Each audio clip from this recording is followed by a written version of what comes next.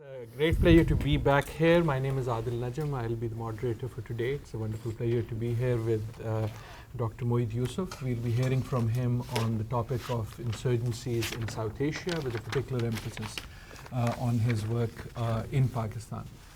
And I should note that he has recently brought out two books that relate to the subject, both of which, or at least one of which, is available for sale outside. That's the one with the wonderful cover that you also saw on the posters. So if anyone is interested, I would urge you to do so. It is available outside. It is rather difficult for me to introduce Moeed, simply because I've known him for so long and we have worked together for so long in multiple capacities. And since I first met him when he was a student at Boston University, where I taught, and since then in multiple capacities, including writing together on many subjects, but luckily never on insurgencies. So this is all something that I will also enjoy.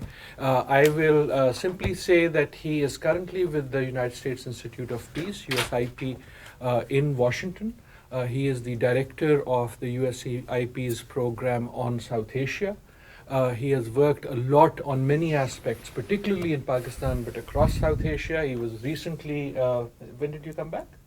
10 days. 10 days ago. So he's been watching very closely the current political tamasha, as we call it in Pakistan. The I don't know what the English of that is, but carnival, maybe something akin to it, very closely. But Moeed has looked very closely at both the internal politics, the regional politics, and the foreign affairs of Pakistan, in which he can contextualize what he's going to talk about. So without any further ado, Dr. Moeed Yusuf. Thanks, and thanks for the invitation, and to those who've sort of invited and made this possible.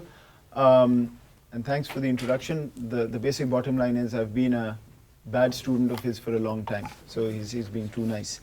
So today's talk, as the topic suggests, I'm basically going to try and talk about South Asian insurgencies and counterinsurgency experiences, and then tie that to Pakistan and Pakistan's current challenge. I will talk about both insurgencies and terrorism. So I want to define that before we go any further. The talk is based on two edited volumes, the one that Professor Najam mentioned, which is on Pakistan, and the other one on insurgencies and counterinsurgencies in South Asia. But I build on my work, which is not reflected in these books as I speak through. So insurgencies and terrorism, very simply put, since we don't have time to go into details. Terrorism, to me, as I've defined it in these books and otherwise, is a subset of insurgencies. So insurgent movements can use terrorism as a tool and a tactic as they apply against the state, whoever they're fighting against. Terrorism is a particular kind of mode. Insurgency is much more set piece, looking to overthrow a particular system, and has the potential of doing that.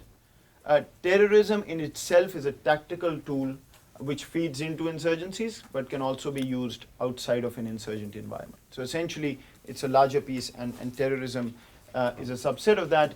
The basic distinction being that counter-terrorism by states are strategies or tactics which are directly applied to undercut the terrorist's ability to create terrorism. So it could be military, it could be police, it could be taking away their finances, it could be laws, legal sort of interventions by the state, it could be removing their sort of ability to use cyberspace, etc.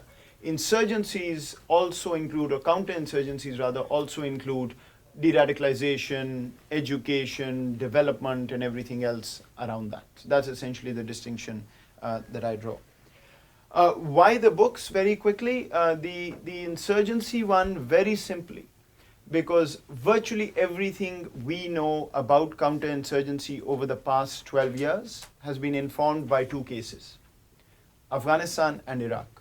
Pick up any literature and you'll find somebody connecting counterinsurgency theory and empirics to these. Except that these two cases are anomalies as far as counterinsurgencies go.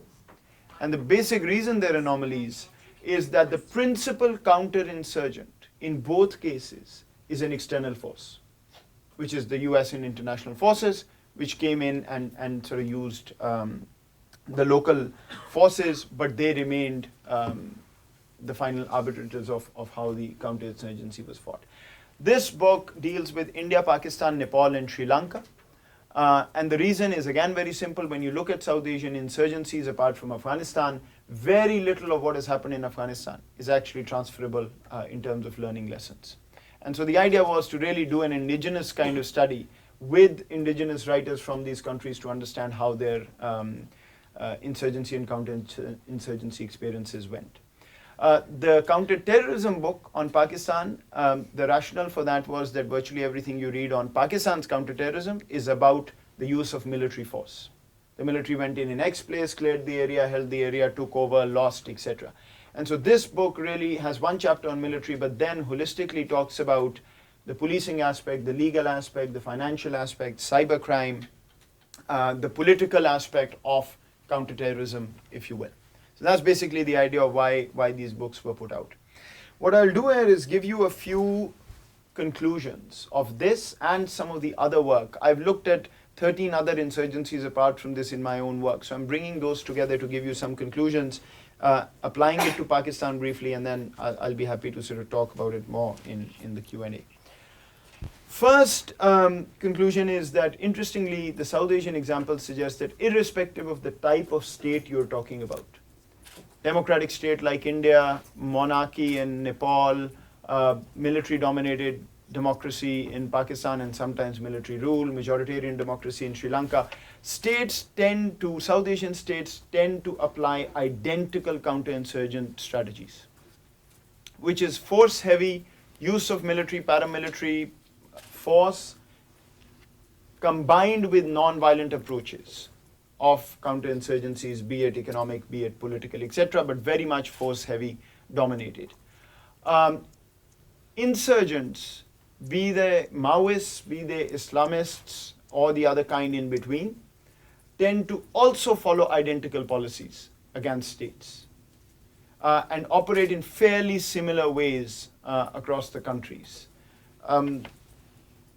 The fundamental paradox of counterinsurgencies is this constant tension between use of force and use of non-violent means to resolve, pacify, win over the insurgency. If you look at much of what has been written about, including these books, you will find virtually every writer criticize heavy-handed use of force, which is also euphemistically called excessive use of force by most people who write on this. And you'll find people saying that if you use excessive force as a state, the insurgent is likely to cry victim, gain more support from the population they exist in, by showing that the state is disproportionately coming after them by using heavy-handed force, which is true. There is evidence to suggest that if states do this, insurgents are likely to gain more support from sort of the sea that they exist in, if you will. Simultaneously, virtually all authors would acknowledge that without heavy-handed use of force, there are no real examples in the South Asian case where insurgencies have been pacified. And so there's this constant tension in terms of when do you use force, how much force is enough versus non-violent interventions against insurgencies. And the dilemma here is that there's no one-size-fits-all kind of formula. It depends on which state you're looking at, what kind of insurgency, at what period of the state's development, etc. But you find this constant back and forth, where it's quite fashionable to say that using too much force is bad, but there's no alternative that's really been provided in terms of what do you do if you don't use force. With use of force, non-violent interventions work, and that I'll come to. But this heavy-handed force business, in South Asia, if there's one conclusion that one can draw, is that states have probably taken away a lesson from their experiences, which is that violence works. As unfortunate as it may sound, and we'll talk more about this as I go on. In terms of non-violent approaches, you've got economics, I mean a fairly popular one, development, throwing money at the problem, etc. You've got politics, got negotiations, you've got political reforms, you've got states trying to create defections within the ranks of the insurgents in terms of breaking them up and making them weaker, and some others. But insurgencies where the states manage to succeed or do better than others are ones where the states have identified and started to tackle what I call the core factors for the insurgencies sustaining themselves, versus add-on factors that may complicate insurgencies but by themselves are not the fundamental reasons why insurgencies continue to perpetuate and why they may have been created in the first place. The number one add-on factor, and Professor Najam is not going to like this, but I'll give it a shot regardless. The number one add-on factor in the insurgencies that I've studied, where states are all too keen to try and apply that strategy to pacify insurgencies, and it almost never works, there's very little evidence to suggest that it works, is economics, throwing money at the problem. The whole argument about development, building roads, building schools, building health clinics and everything else, that states should do, period. I mean, there's no debate about that. You should have roads and health clinics and everything else. But as a tactic to undermine insurgencies, there's very little evidence to suggest that that works without addressing the core issues, which often are not the development problems. There is also evidence, most strongly in Sri Lanka, but in other countries, where major development efforts during insurgencies went primarily to the advantage of the insurgents. And in fact, if you study Sri Lanka closely, the whole argument of the Tamil independent state gained currency only after the Sri Lankan state had invested in the East to make that part of the country economically viable. And there are other examples of that. What's the reason? The reason fairly simply is that once violence takes off and insurgencies get to a point where they are beyond just a nuisance for states, states will tend to throw money at the problem, but because they have lost the trust of the people in the region, there is insurgency, so the law and order situation has broken down and the state's writ is under challenge. Inevitably, states try and operate that development strategy through local elites. And in insurgency-infested regions, it's no surprise that local elites are one of the most hated commodities. And people blame them more than anybody for much of the problems that they see, even though the insurgents are the ones who are creating violence.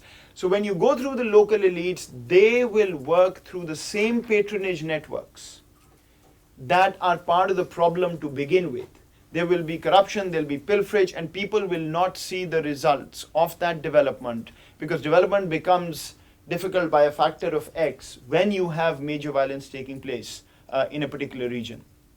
And so time and again, money has been thrown. In fact, I can't say there is I can't sort of give you the data on this, but there is a fair amount of evidence in terms of correlation to suggest that insurgencies, there's a positive correlation between insurgencies going bad and states throwing money at the problem.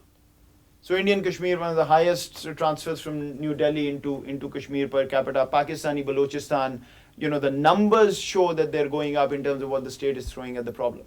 But usually this comes at the back end of a lot of violence when the state has lost its writ and credibility in that region. And so local elites can do very little to change that for the state. The number one core factor in South Asia, and this is different for different regions, but in South Asia, to my mind, is the unfinished agenda of nation building. State building has taken place in South Asia. You have borders, you have states, some of them are disputed, mostly not. But nation building, the question of identity of who we are and who's what and how much space you have within your nation state to define yourself, is an unfinished process. And that, to me, seems to be the one where much of the core emphasis should lie if states have to start changing the narrative. Indian Kashmir is a very good example. To a large extent, the Nepalese case study is a very good example. The Indian state essentially refused to address the identity problem for a long time. It didn't see this as a political problem. It basically wanted to see it first as a law and order problem and then as an economic problem. And even the success, if you look at the Indian official narrative, the success in Kashmir is credited to development packages, to reduction in unemployment, etc., etc. And that ultimately remains a side issue. And that is why you see this spiral of violence every time there is a spark. Nepal is interesting because the state ultimately went to the point of trying to define what a Nepalese state was under a monarchy, that they lost credibility even within the political spectrum that they were trying to woo towards their side. And ultimately the Maoists managed to break the ranks of the political opponents, bring them to their side under the 7-party agreement and basically overthrow the monarchy. But virtually every South Asian insurgency, you will find a strong element of this identity, nation building, unfinished process element attached to that. A couple of other points in terms of the big ticket conclusions. One is on negotiations. There's tons of talk, no matter where you have insurgencies. Should one talk to the insurgents? Should one not talk to the insurgents? If you followed anything about the Pakistani insurgency and the Pakistani Taliban over the last year, there's a very strong debate in Pakistan. Should we talk? Should we not talk? When should we talk? Who should we talk to? There are 60 different factions. How do you bring them together? All that conversation. Afghanistan, which I'm sure most of you are familiar with, there was this huge debate between 2011 and 2013 essentially, or 2010 to 2013. Talk to the Taliban, reconciliation, don't talk to the Taliban. How should we go about it? This was a debate in Washington. Interestingly, the number one criteria to oppose talks, no matter where you look, is basically the cohort which comes out and says, how can we talk to these people? They have killed hundreds or thousands innocent civilians of this country. And the bottom line is that the only insurgents states are compelled to talk to seriously are ones who have created enough havoc that states can't tame them at will. And so, again, there is a paradox here. You only talk to the people seriously who've really killed enough or created enough problems for you that you have no other way out. And so that is neither here nor there. The other point is that talking or fighting is a misnomer. All counterinsurgents talk to insurgents even when they say they are not talking to insurgents. There's always some kind of back channel open, if not for anything else, at least to create defections within the ranks of the insurgents. So states are constantly trying to break the ranks from within, and they have conversations based on that. Sometimes there are official ceasefires and you have conversations, sometimes it's behind the scenes. But talking and fighting, this sort of either or kind of scenario is a misnomer in most cases. Even in the war in Afghanistan, I would argue that channels were never closed actually, even though all the rhetoric around it was what it was. In Pakistan's case, certainly that was true, and in most of the other countries that I've seen. Talks only seem to work in two cases. Either where there is now a clear sense among one of the parties, either the state or the anti-state elements, that they are decisively going to win or lose. So when you have a clear battlefield advantage, if you will, in your favor or against you, talks are more likely to work. And thus you always heard this in the US and in other countries. We want to negotiate from a position of strength. And that's the buzzword in all insurgency. What does that mean? That essentially means we want to weaken the party to the extent where they will negotiate on my terms. And insurgencies tend to have this bell curve where they sort of go up, they peak, there's a lot of violence, and then they start tapering off. In some cases, they don't taper off, and one of the sides wins completely by using excessive violence. But the reason you have this bell curve going up is that every time you're in a position of weakness, you don't want to negotiate and you want to wait to get to the position of strength. But every time you're at the position of strength, the opponent is in the position of weakness. So unless and until you can completely show the other side that you're on the losing side, the chances are you're going to keep playing this game. And so the toughest period to resolve insurgencies non-violently is the first part of that bell curve, when you're going from the start to whatever that peak is. Because that is also the time when you have the greatest motivation within the ranks of the insurgents. That is also the time when you have the states most complacent about the threat they face, and so they feel that they can easily take care of this problem. It's only when both have gone through this process of trying to gain strength and not come out on top that you start a serious period of some dialogue and trying to get out of that. And the final sort of thematic conclusion before I touch upon Pakistan briefly is on the issue of narratives and public perception. There are very few insurgencies, if any, and those are also debated, which I have looked at, where states have managed to come out on the winning side unless they have decisively won the war of narratives. Insurgents usually are comfortable with confusion. States have to actually remove that confusion and come out on top in terms of the narrative war. The insurgent, all they have to do is create a confusion among the sea of people that they survive in to tell the citizens of the state that they are not sure whose point is more valid and who they want to back. And that's usually enough to keep enough support going for insurgents. When you pull back and look at states, confusion is not good enough. They've got to actually come out on the side of saying, this is why citizens need to back the state. You also hear a lot in terms of, well, in this age of information revolution, independent media, states have a much harder time controlling narratives, and how can they do that? I'm now specifically talking of South Asia because I haven't looked at this variable across enough countries to generalize this. South Asian states, independent media or no independent media, can very conveniently instrumentalize public narrative even now.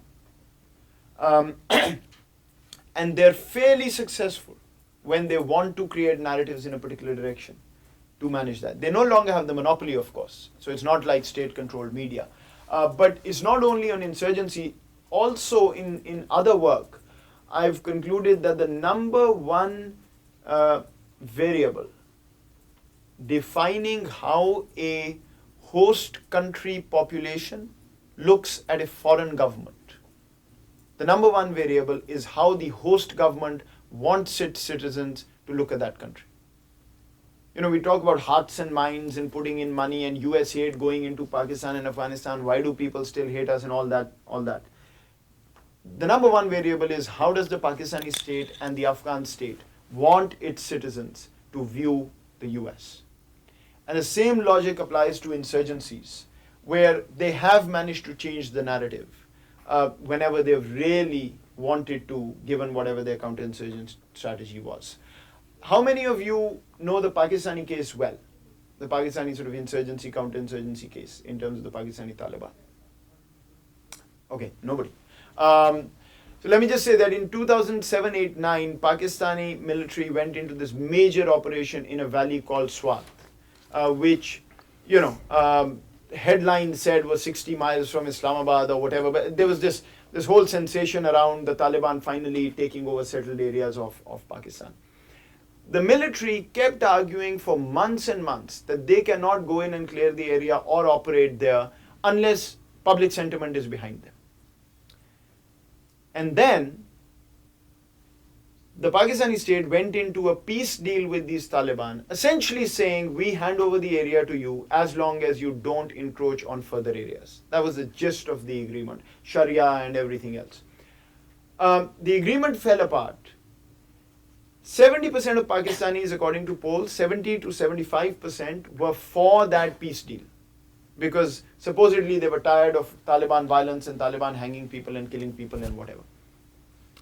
2 weeks later, the deal fell apart, and 80% of Pakistanis were for an all-out military operation to finish off the problem. So the question you have to ask is, what happened in these 2 weeks that 70% opposing an operation went to 80% supporting an operation. Two things happened. One, the leader of this sort of Taliban faction went out and made a speech which said, I don't believe in Pakistan's democracy or constitution. And the media played it up to the hill to say, these guys said they were Pakistanis, but look what they're saying. And the other thing that happened was that there was a infamous video of a young girl being flogged in public. And that just outraged the entire sort of population, and supposedly they said, okay, this is it. That was neither the first time a girl was flogged, nor the first time such a speech was made. But the state had essentially decided at that point that they were going to use these instances to create a public opinion around what would be the biggest counterinsurgency operation the Pakistani state had ever led. Currently, the Pakistani state is fighting in a tribal area called North Waziristan, which I'm sure some of you or most of you would have heard of, because that's where the US alleged for years the Haqqani network was present and was running its operations from. They're fighting there after 3 years of saying we can't go here because we need public opinion behind us, among other excuses. How did the public opinion get behind them? One fine evening, the Taliban attacked the Karachi airport about 2 months ago maybe. And the entire state apparatus came out and said, they have crossed the red line, now we are going to go after them. And the question you have to ask again is, this was the 100th time that they had attacked a major installation. The Pakistani military headquarters was attacked, the Air Force base was attacked, naval base was attacked, and many others. So what happened this time? Why did the public wake up and say, okay, now we are with you? There's no empirical evidence to suggest that the public was against the operation before and is for the operation now. But essentially the state had decided that it was time to go in. And so the narrative states can still build, at least South Asian states, at the end of the day, if they've really made up their mind to employ a particular strategy. How does all of this come together in Pakistan's case? And I won't go too deep because most of you have suggested you don't sort of follow Pakistan too closely. That probably means they really follow Pakistan so closely that they know it cannot be understood. That could be true. Okay, in which case, let me confuse you a little more. First of all, Pakistan's counterinsurgency was anomalous in one way, that the trigger for the insurgency was not internal. Most insurgencies you study, the trigger is internal. Something happens, the 1987 fraudulent elections in India, the 1996 elections in Nepal, where the Maoist party was disallowed in terms of the victory that they had, or the seats that they had won. In Sri Lanka, the 1983 riots against the Tamils, etc. In Pakistan, the policies, of course, the policy problems were internal, but the actual trigger for the insurgency was 9/11 and what followed that in Afghanistan. So had the US and other international actors not been in Afghanistan in terms of a military campaign, arguably the insurgency would not have started. So the Pakistani state had to play catch up in terms of how it was going to operationalize its counterinsurgency strategy. And the last 12 years of Pakistani counterinsurgency have been a constant struggle in terms of balancing use of force options versus non-violent options. And inevitably, Pakistani state has erred on the side of outright violence, military use of military force, and peace deals with the insurgents, which is non-violence at the end of the day. Whenever they've felt that the violence has not worked, they've pulled back and come to make peace deals. Because they have been perceived to be in a position of weakness every time they've made those peace deals, the militants have taken advantage of that, and countries like the US and others have bashed Pakistan for being too soft. Every time that has happened, Pakistan has gone in for a major operation again. When it doesn't work, it pulls back and goes to peace deals. And so that balance it has been trying to create over the past 12 years. It's gotten much better at doing that now than it was in 2003-04 when the insurgency took off. But still there is this constant challenge of how much force at what point. If I were to sort of bring all of Pakistan's counter-terrorism and counter-insurgency challenge together, I would say that it's made up of two basic factors or baskets or themes, if you will. There's a bottom-up problem of essentially not knowing who your enemy is. And I define that coming from what I call the intolerance of diversity in Pakistani society, increasingly so over the past 12 years. And we can talk about other elements of that, but here I'm really talking about the religious aspect. And what that has done is that it has left people not pro-violence, but ambivalent and confused about who the war is against, why the war is taking place, and how the war should be fought. So people tell you that every survey you pick up, people will say 30-40% support Al-Qaeda. That was the figure in the mid-2000s, the first decade. It went down when Pakistanis started facing a lot of violence after 2007 themselves. Then it picked up slightly when violence subsided. But there's a large percentage where you find this in surveys. Then you will find an equally large number saying, we don't support violence of the Pakistani Taliban and others. So what's going on? What's the contradiction? The contradiction is the ambivalence about the agenda of this supra-state kind of pan-Islamic struggle. And the conflation of that with the agendas being followed within Pakistan in terms of the violent actors operating against you. Whenever it hits you, you're against it. Whenever it doesn't hit you, you're ambivalent to it at the end of the day. The conflation in the mind,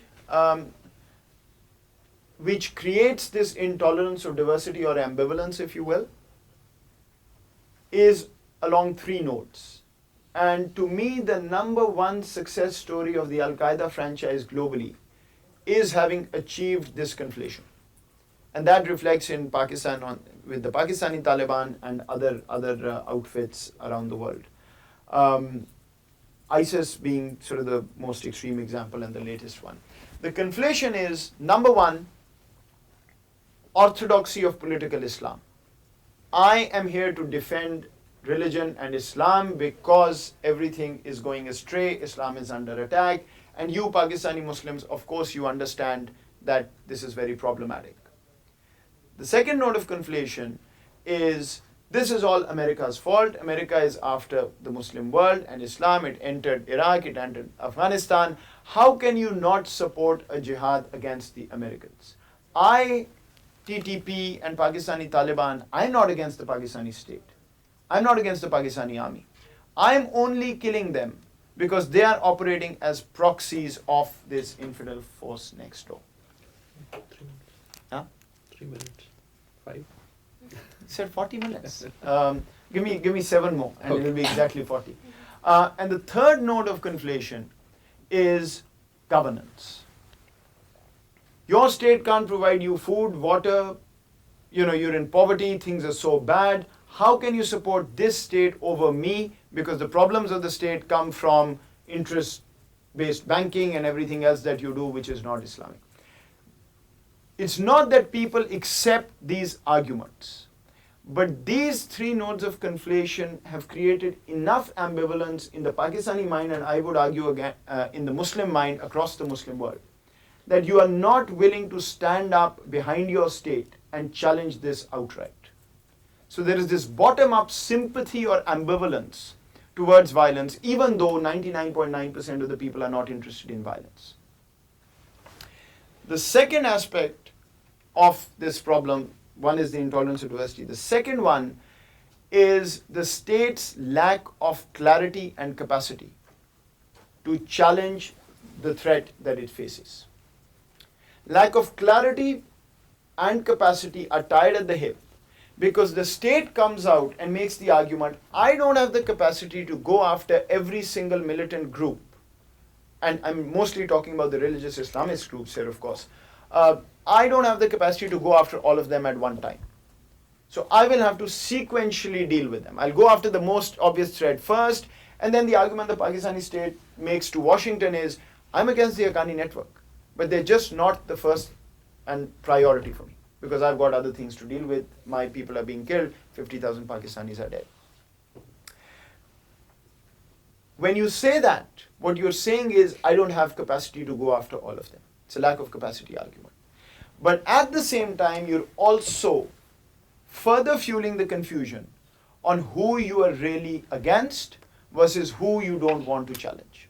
And so the number one debate in Pakistan right now, you go to the street, you go to the politicians, you go to anybody who matters, is the state sincere in its fight against terrorism and insurgency? And that flows from this problem of pledging lack of capacity and then saying, I can't go after all of them, so who are you against and who are you for and where are you playing which game?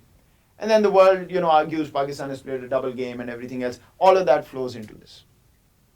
And these two combined essentially tell the citizenry that the stakes are simply too high for me to stand up and back this state, which itself is not being able to tell me what the ultimate strategy is, who it's after and who it's not after.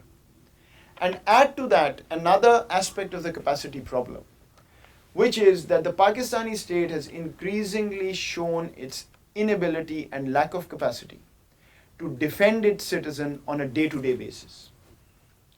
So a moderate citizen would stand behind you if he knows that the state will ultimately defend me when I back the state. What has happened now is that you are on your own if you're in Pakistan standing up against this threat from various Islamist factions. And so if the citizen sees that you can't defend me on a day-to-day basis, you can't provide me clarity on who you're really going after, and there is this conflation, bottom-up conflation that causes this intolerance or diversity and ambivalence, you've essentially lost out on what I said was the number one variable to my mind in terms of states that have managed to win or do well against insurgents, which is the war of narratives.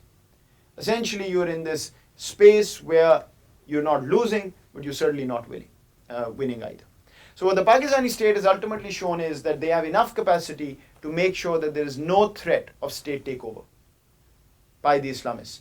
But the Islamists have shown enough capacity to sow the seeds of confusion in a way that nobody believes that the Pakistani state can win this outright. And so, as I said, insurgents can live with confusion. States have to remove that, and the Pakistani state is unable to do that.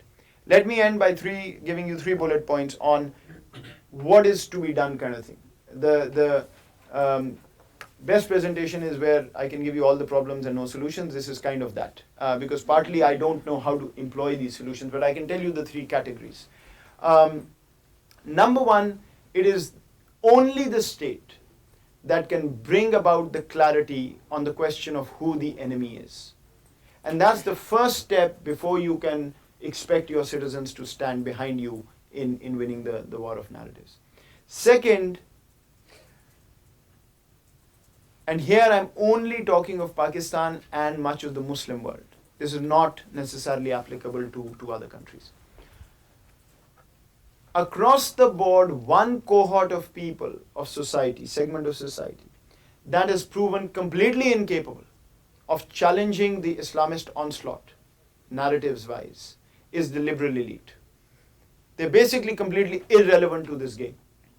Because when there is this onslaught, they tend to divorce themselves from the real sort of society, hide in their drawing rooms, have a conversation there, and speak a language that actually cannot speak to the paradigm of the Islamists. So the Islamists come on TV and write and talk about religion, about scripture, about this saying and that saying. I go on TV and talk about Aristotle and liberal democracy. And right there, I've lost the battle. And so if you want to find space for the state to prop up people to challenge this, it will have to come from your moderate religious space. And ironically enough, and this irks many people when I say this in DC, the answer is that you've got to learn their paradigm to challenge them in their paradigm. Why do I say this? Because that's the only way to remove those 3 nodes of conflation that they have so successfully created. So an average citizen is not for violence, as I said. They are not for anything, but since they are not able to see through those nodes of conflation, which are built upon a religious premise, they remain ambivalent.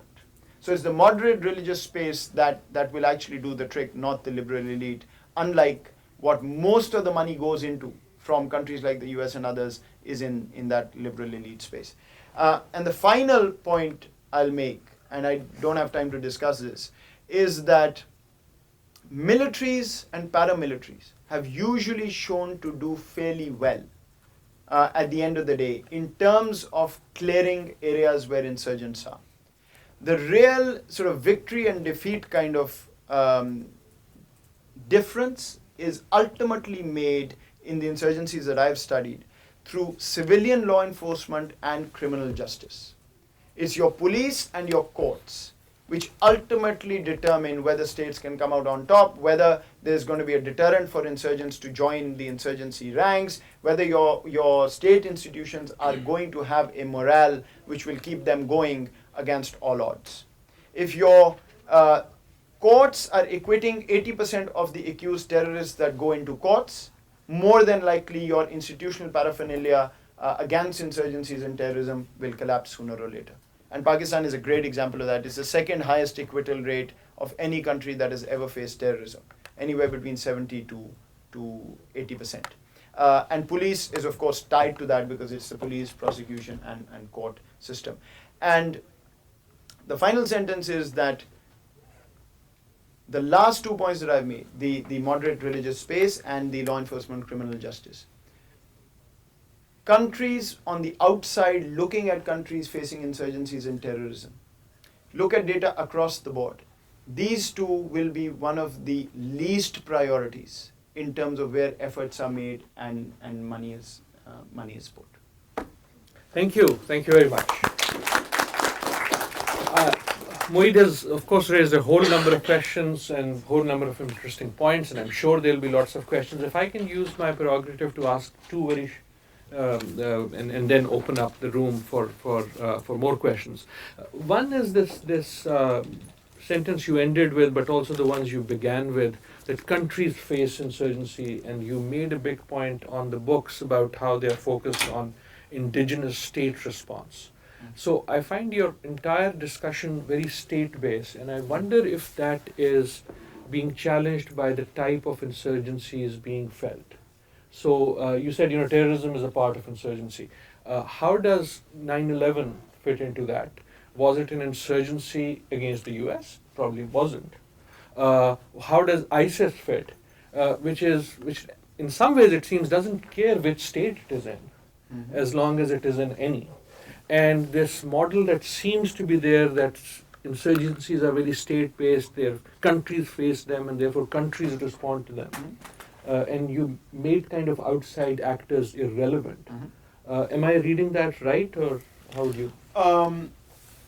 Partly right. So the point here is that 9/11 was an act of terrorism. So what I've talked about is terrorism as part of insurgencies or insurgencies. Pure terrorism is not part of. So there can be terrorism without insurgency. Yeah, there could be terrorism. I mean, you could blow up something here, but that doesn't do anything. The Boston bombing was neither an insurgency nor terrorism built into an insurgency. That's just. The responses still come from state structures. That's why it's state-based. ISIS can go and try and take over Iraq one day and Syria another day. But the paraphernalia available to you is still the state structure. So you'll still have to go to the Iraqi military or the Syrian military, or the US will have to come and talk to the Iraqi foreign ministry to set up whatever they need to set up to respond to this threat. So ultimately the counter-insurgents so far, virtually always, are all states. You could break it down. But what about the role of the external state as a counter-insurgent force? Yeah. Is that not important, or are you saying that's different? It's crucially important, but what I said is that the reason this book was written is that virtually everything on counter-insurgency over the last 12 years has been written based on the Iraq and Afghanistan experiences. There, an external counter-insurgent came in and did certain things. And what I'm saying is they're not comparable. Let me ask one more question, and then I promise to open up, and I'm sure there are lots of questions. On narrative, in the middle of your talk, you made this argument, and I think you gave too much credit to the South Asian state, who I generally like, but about their ability to control narratives. And I did not find convincing that the airport attack happened and then everything changed, because before that, there was actually a very vigorous debate that you participated in, other people participated in, that did change public opinion. Now that may have been state orchestrated, but it seemed to me you were giving anecdotally too much credit to the South Asian state to change the narrative or to control the narrative. But here is my question. In the last part of your talk, your entire argument seems to be about the war of narratives and the state losing that war of narratives because of the conflation, because of the confusion. How do you reconcile these two things of a state that can control narrative when it wants to, but cannot control narrative when it needs to? Okay. So the argument I'm pushing back against is this idea that information is now open to everybody and nobody can control it. So how can anybody ever come on top in the war of narratives? It'll always be confusing. And there is enough evidence to suggest that when states have actually chosen a particular strategy, they want to go in for a military operation, they want to do peace deals, they can build enough narrative around that to create an illusion that the space for the public to join me is present. So it's not that there wasn't a debate before the Karachi attack. It's not that there wasn't a debate before the Swat. That it was the Karachi attack after which the whole thing is said to have turned, and the public you present it to the public to say the entire nation is behind us. There's no empirical evidence except that the state has decided that this is the moment when it's going to start throwing out those messages. And because the public is not decided one way or another, you will find enough. So you're suggesting the video of the girl being flogged was orchestrated. The timing of that video was orchestrated. Why not orchestrate it another point to remove the confusion, conflation? Because wherever the state, so the Pakistani state, to my mind, this debate about who the enemy is unresolvable because the Pakistani state itself is not sure on who the enemy is which it wants to target versus not. I'm not sure whether we finished this one, but let me open it up. We'll take it here. Let's take 2 or 3 questions, come back to Moeed, and then go for the paper. We'll start here. I'm Lydia Walker. I'm a graduate student in the history department and a graduate associate here at SAI and across the street at Weatherhead. I'm a historian and I work on separatist movements in South Asia and Southern Africa in the early 1960s. And I'm really fascinated by your point about how insurgencies in South Asia have arisen from a failure of nation building rather than state building. And I'm wondering if can connect that at all to issues regarding Mao's sea of people and how to bring that potentially the moderate space you were talking about into negotiations. And here the analog I'm thinking of is the 64 to 66 Naga Peace Commissions, where sort of a moderate space of the Naga Baptist Church was able to serve as a so-called honest broker for a 2-year period. Of course, the commissions fell apart and the end was fairly inconclusive. But I'm wondering if there are other cases where this moderate space can come about in some of these instances in the current situations. Thanks. Is it okay if we take a couple more? Sure. Especially because I don't know the answer. You will get time to think. Gentleman there and then the lady here. I'm a graduate student at the Kennedy School, and my question is that... Wait for the mic. I think they need to record it. We can hear you, but it will be better recorded. So the question... Yeah. So the question is that essentially we've talked so much about the state having a role to counter terrorism, but there is, especially around Pakistan, there is a narrative of state-sponsored terrorism. How do you deal with that, and do you deal with that in your book? We'll take one more here, and then wait, you can.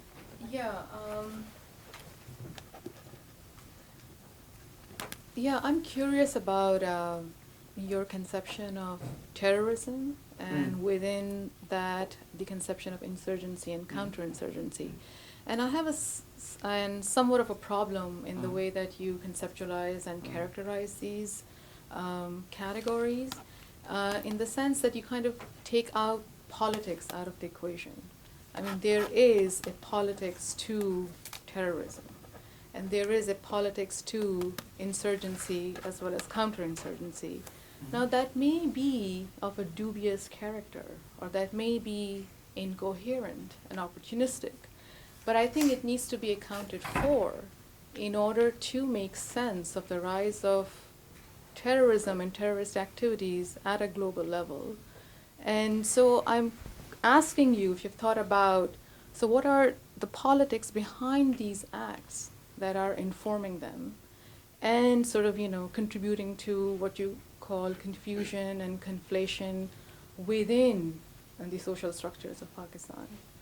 And secondly, sort of related to this is, it seems to me that you are kind of straddling between the dominance of the state as well as its kind of incoherent structure. So on the one hand, you think that the state is very manipulative, it is constructing narratives, and on the other hand, you seem to suggest that it is also confused, it is also clueless. And so I wonder if we can make sense of that by thinking about, the political structures, the political practices that exist in Pakistan today, and in the way that certain groups are complicit and not complicit. within these. Three good questions: role of nation, state, politics. I still don't know if I have an answer to your question. I honestly need to think more about that. But let me come back to that, if you allow me. State-sponsored terrorism, yes, that I think is endogenous to my argument about the confusion. If a state, any state, has 4 groups, let's say A, B, C, D, who are terrorists, and the state is supporting A, but going after B, C, D, it becomes almost impossible for the state to bring out a coherent narrative that I am against terrorism. Right? So that is endogenous, and one of the problems in the Pakistani narrative. I would actually argue it's not only Pakistan. Even within groups, there's always this confusion that the state is supporting leader X but opposing leader Y. That's how you create defections, right? And so on one day, you will get a press report saying the Indian or Nepalese or Pakistani army had X terrorist in their sights and let them go. And here is evidence. And then the whole media will start talking about, oh, they're in cahoots with these guys. Right? And then you go to the state and they will say, no, this is complicated business. We need to let them go to get the bigger fish and all that story. So there are multiple layers of confusion. But the most, I think the simplest layer is that if a state is both opposing and supporting terrorism, confusion is almost inevitable. So that's endogenous, I think, in that variable. I don't think I'm ignoring the politics of terrorism and insurgencies. The problem for me in these books was, as you know, the more I read literature and anything I study, I realize that there's tons of good work, except definitions. You know, I wrote this whole dissertation on crises and crisis management in sort of Pakistan-India cases. And one of the comments one of my committee members gave me was, this is great, this is brilliant, I've never seen this before. What the heck is a crisis? And I went back and I looked at virtually everything I could, and there is no definition for a crisis. If any of you know, please tell me.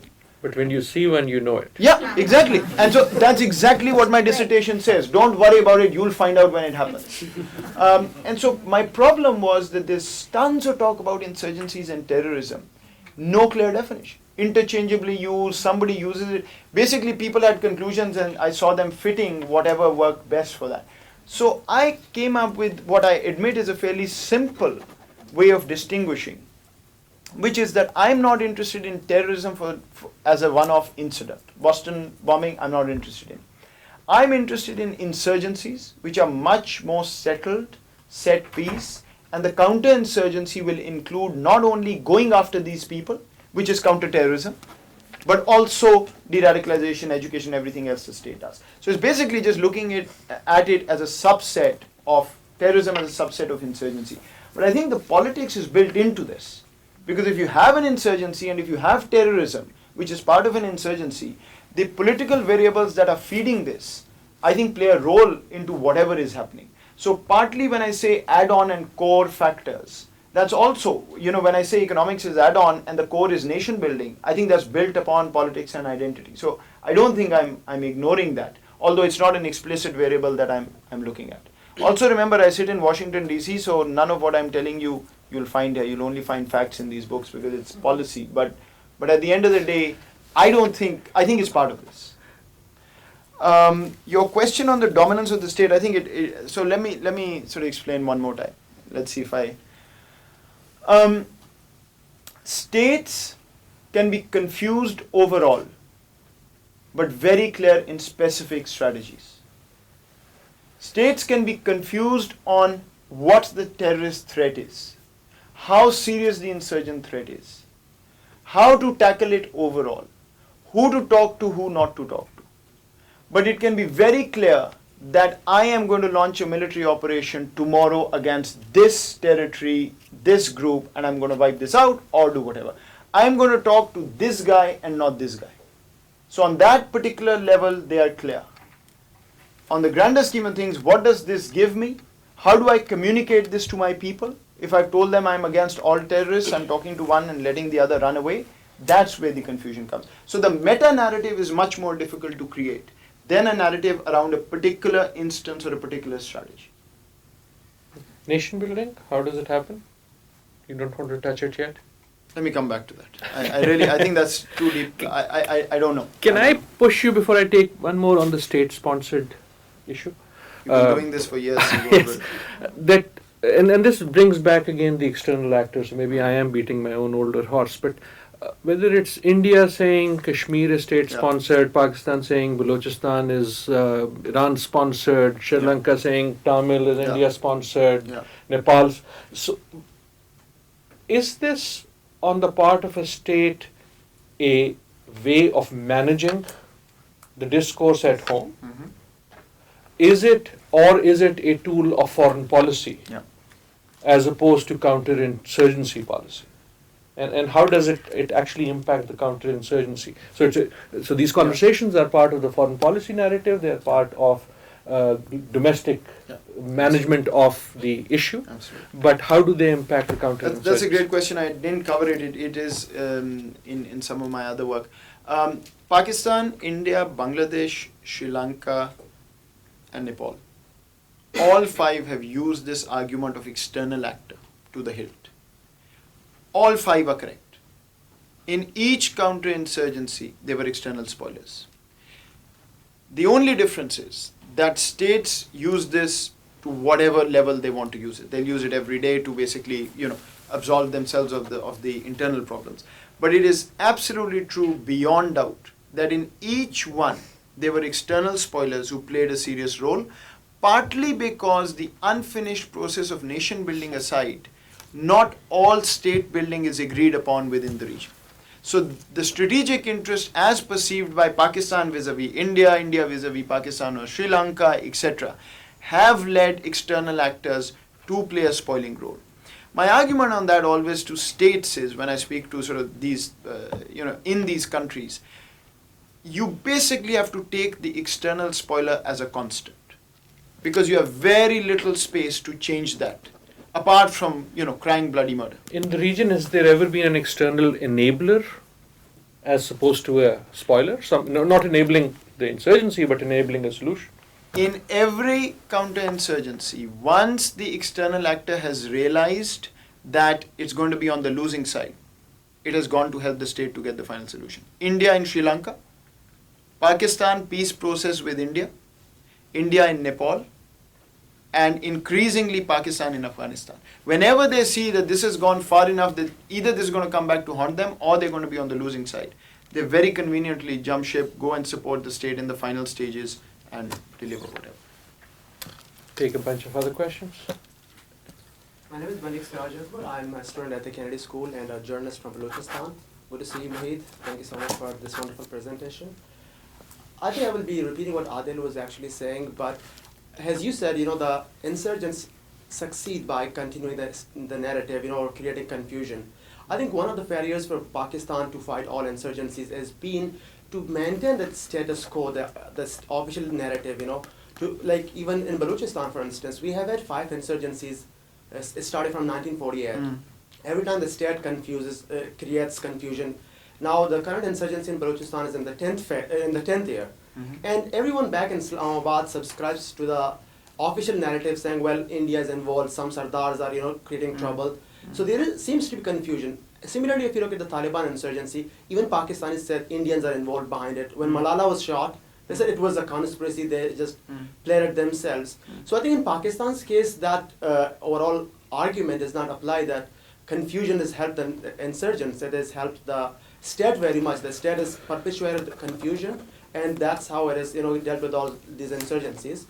My question would be pertaining to your solution that you provided to empower or enable moderate Muslims. I think that's a part of the problem in Pakistan. Zulfikar Ali Bhutto was actually a moderate Muslim who declared the Ahmadis non-Muslims, which actually not is the topic of the subject here, but Pakistan has got a lot of mini insurgencies against its women, against its Ahmadis, against its Shia population. In Balochistan, hundreds of Shias get killed every year in the name of Islam. Don't you think it's the time like Pakistan or try to liberalize itself or secularize itself rather than, we going back to 1947 or 73 to ask for a moderate Islam for Pakistan? Is that the way forward? Can we take Akil? And then Ther. So one thing. Can you wait for the microphone? Oh.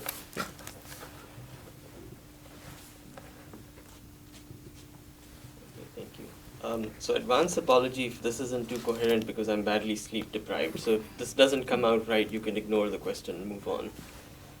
One thing I wanted to ask about was there seems to be a lot of confusion about the state itself in the sense of whether the state is a unit of analysis.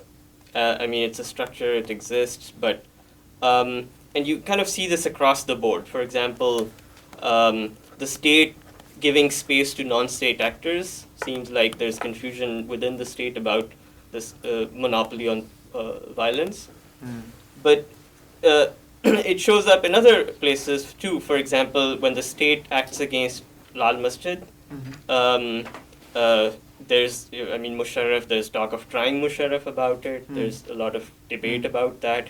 Then there's always the question of excessive force, A similar question shows up in case of Nawab Bugti.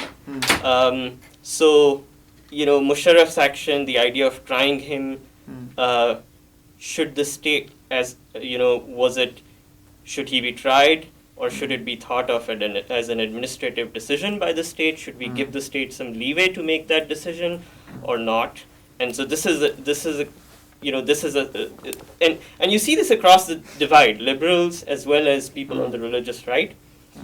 And then you also have confusion about the state being a unit of analysis from the point of view of people who are perhaps involved in the insurgency itself. On that side too, there's confusion. So when we say that the state is very developed, you're obviously making that statement in different context, but I just wanted your take on, the issue of the state not being a primary unit of people's analysis, and maybe how that connects to the fact that at some level the society is so diverse that it's hard to, there's not even a single narrative. There's also the Anatole Levin idea of it being a negotiated state. All the time there's negotiation taking place. Sure. So I was wondering what's your take on that? Thank Let's you. take one more. We'll make that brief and we'll keep the answers brief, and then we'll do one more round before we end. I see 3 hands for the third round. Thanks, Moeed. First, I think this is really important research in the sense that you're addressing a kind of implicitly a puzzle that a lot of people have found, which was after the late 2000s, the U.S. Army and the U.S. military said there's one way to do counterinsurgency well, you should win hearts and minds. And then looking at the South Asian case, it seems like nobody ever tries to win hearts and minds, and not in any meaningful way. So this is a puzzle. We think there's one way, at least the U.S. government said there was one way, and then nobody actually does it. And then you also, I think, deal with an important issue, which is we had all this research looking at how foreign governments trying to pacify some foreign population. That's very different than if you live with those people. So I think it's important work, and there's a lot of variation in South Asia, a lot of interesting data to draw from. I wonder, though, I wonder if I agree with your characterization that force heaviness is a common denominator in South Asian insurgencies. I think that they are probably more violent than average, but I think that's where they're probably under-resourced. And so these militaries are outgunned, they don't know what they're doing, they can't locate the insurgents, discriminate from the civilians, so they just kill a lot of people. Fair enough. And if it's under-resourcing, then that leads to very different strategic solutions than otherwise. And this gets a little bit to your infrastructure point, which I also wonder, your correlation I think is probably true, but there's a reason to think that you build roads when resources, you want to mine that area. You build roads when the economy is such that actually you care about it, and that's when the violence would emerge. It's not, it could be because a war economy develops, that all this infrastructure, these contracts, but it seems like the causality could be exactly backwards, right? The state is intruding, this area is becoming more legible, and that's leading to the violence. Yeah. And in both those things, then it's not force heaviness that characterizes South Asian insurgencies. It's not insurgencies emerging because of roads. Both of those, it's sort of the lack of resources are driving these empirical outcomes. And if it's the lack of resources, then U.S. and other strategies would be different than I think what you're saying they should be. Just really throw a lot of money at the Thank you problem. for that question. If we can keep the answers short, we can get to one more round. So, who does the confusion really help? Maybe it helps the state. Does moderation really work? Is the state a useful unit of analysis? And is force the only answer to violence and development and lots of stuff there? Siraj, I don't see how the state is being helped by the confusion. The state is creating confusion and it is confused, but I don't see how it's being helped. First of all, I don't think that much of the conspiracy theories, it's difficult to say that the state actually churns them out every time. There's a whole sort of space which does that. But saying that India is doing Fatah or Balochistan, the state tries to absolve itself of something and shows that the problem is more complicated than it should be. But it does nothing actually to galvanize the people behind the strategies it needs to apply. At best, it can turn people more anti-India. It does nothing to the counter-insurgency. So I don't see how that helps the state at all. Moderate Islam, no, I think you took my point wrongly. I'm not saying bring Zulfikar Ali Bhutto or that. What I'm saying is when you sit and debate narrative, media is one big platform now where opinions are made. Let's take that example. You've got this guy sympathetic or defending the Taliban's argument. What is he saying to you? This is what the Prophet did. This is what the Quran says. You are a Muslim. How can you disagree? I am saying, but Aristotle said this. And in Washington, people say this. And he says, that's because you're a CIA agent. So, Amir Liaquat is the answer? Let me say a very odd thing here. But the Tairul Qadris of the world are the answer in some ways. Not his politics. But the fact that he stands on the container with a Christian, with a Shia, with a Sunni, with a Barelvi, with a Deobandi.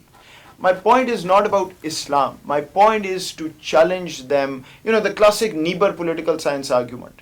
If you want to tackle somebody, speak their language. That's all I'm saying. You can have the most liberal guy do that. But the liberals have divorced themselves from this space in a way that they become irrelevant. One of people like Parvez Woodboy. If he can speak religion, I don't have. So it's not a liberal conservative debate. It's a debate about somebody who can speak to their paradigm. Akil, yeah, fantastic question. I have a lot of sympathy with what you're saying, except that so far analytically there's no other unit of analysis in which you can study a counterinsurgency. Right. Because the state paraphernalia ultimately is the determining factor. Yes, what you are saying is essentially a question of the legitimacy of the state. How much is the state really seen as a coherent entity where you can look at it and say this is what the state does, or the insurgents say we're acting against the state. So yes, state is not a perfect unit of analysis, but there isn't a better one, to be honest. You open up the state and you find it's a can of worms. You simply can't. Yeah, my question was slightly different. Not that whether it's the unit of analysis, but given that for many people in Pakistan, it doesn't seem to be their primary unit of analysis. That only helps the How do we insurgent. resolve that confusion? Yeah, that's exactly the point. So that only helps the insurgent because the legitimacy is challenged and the confusion is inevitable. That's why it becomes so much more difficult to do it. And the last one, are you overplaying the use of force?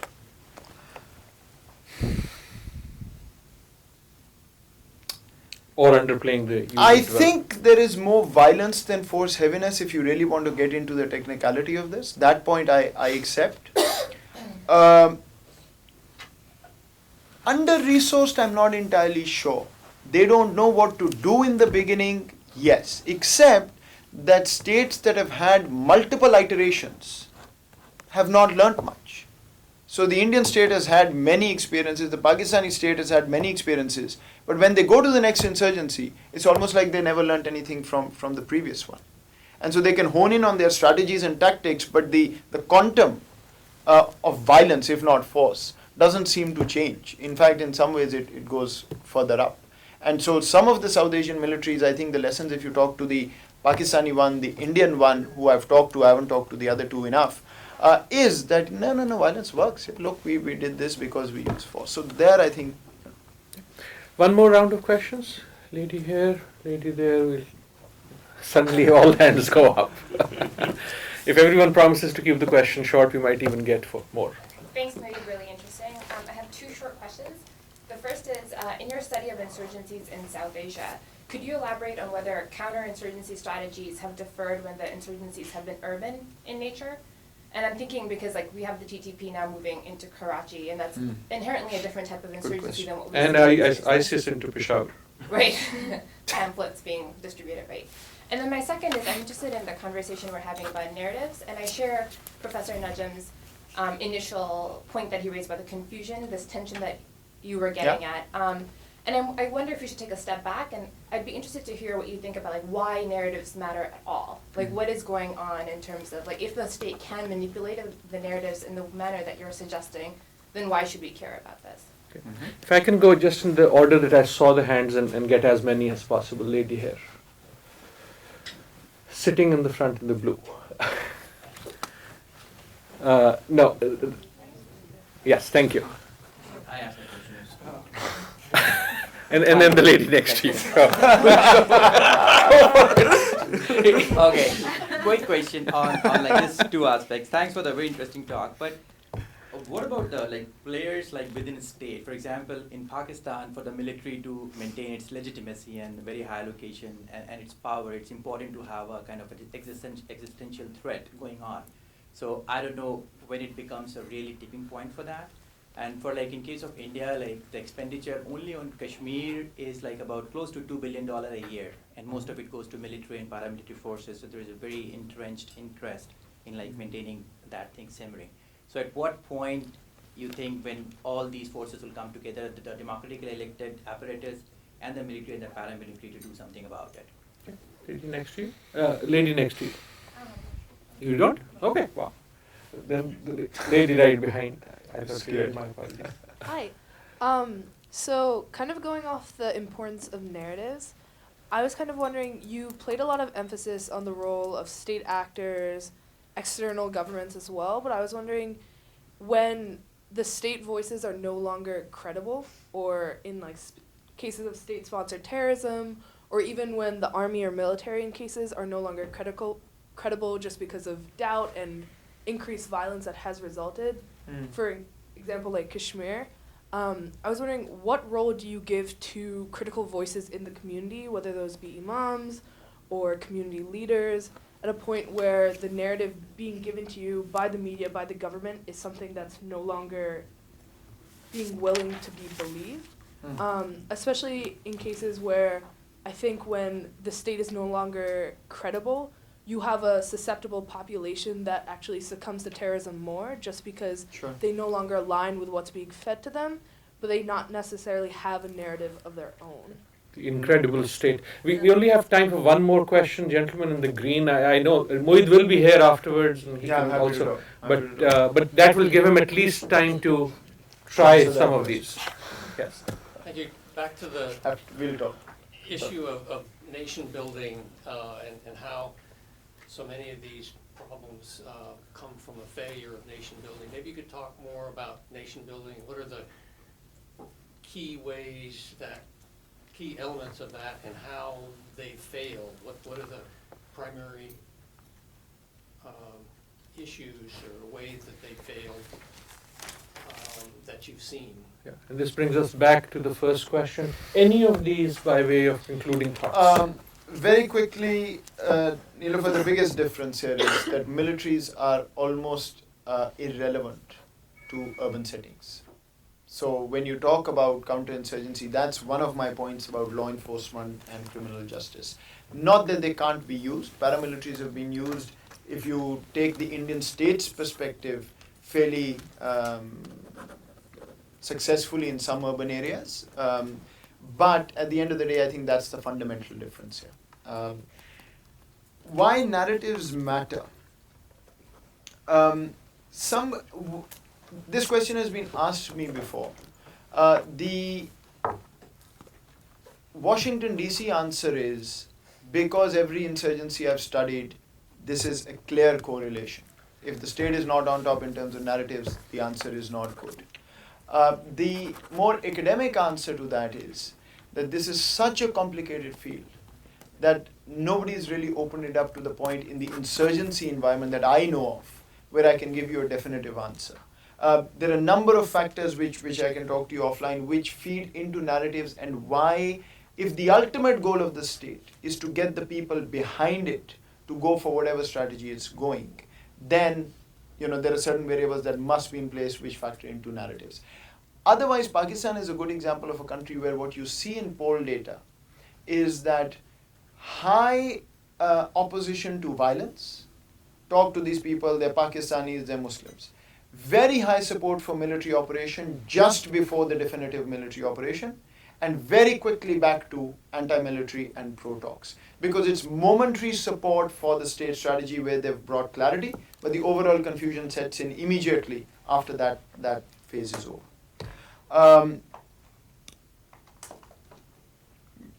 Rationale for military existence? No. I don't know of any military in the world that enjoys counterinsurgency anywhere in the world. Yes, keeping external threats alive could be a ploy to keep your existence going, especially when you're fighting insurgencies against your own people. There's no real case that I know where militaries would want to perpetuate that just to keep their budget allocation flowing. State violence not credible. Yes, so that's the point. When the state becomes so incredible, insurgents get much more space to convince the local population who they're much closer to. Insurgents are like local governments, and states are like provincial and central government. So when things fail, the local government becomes the most important actor. And so when you start becoming incredible, then you've got this insurgent space where they can sort of build up their narrative much more. Your first part of the question, I will just say at the cost of annoying you, I've now worked for at least 10, 12 years with or in civil society organizations, funding, supporting, getting support. South Asian civil society, the less spoken of, the better. And so I don't see much coming out of there. I'm sorry, this is a too deterministic a comment, but nation building. This is a long debate, but essentially it's the colonial hangover which did not allow the people within defined state boundaries to come together on a particular identity without enough resentment that they were willing to stand up against the state at some point when the level of perceived grievance crossed a red line. And so over and over there are certain groups which will be resentful but placid, which will have a perceived red line that will be crossed by the state, and there are a confluence of factors that will come together and then they will jump. So I think partly the answer to the question that I've continued to ignore, and I'm sorry for that, is how do you perceive that red line to be as the state?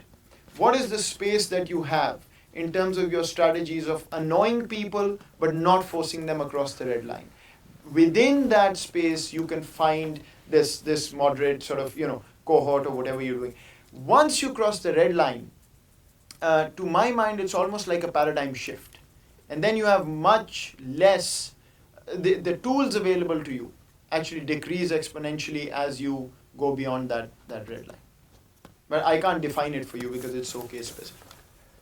Thank you very much. Please join me in thanking Moeed Yusuf for raising a lot of very interesting questions, and thank you all for your questions, which were also incredibly useful. My apologies to those that one couldn't get to, but as I said, Moeed is here. Thank you finally for organizing this. Thanks.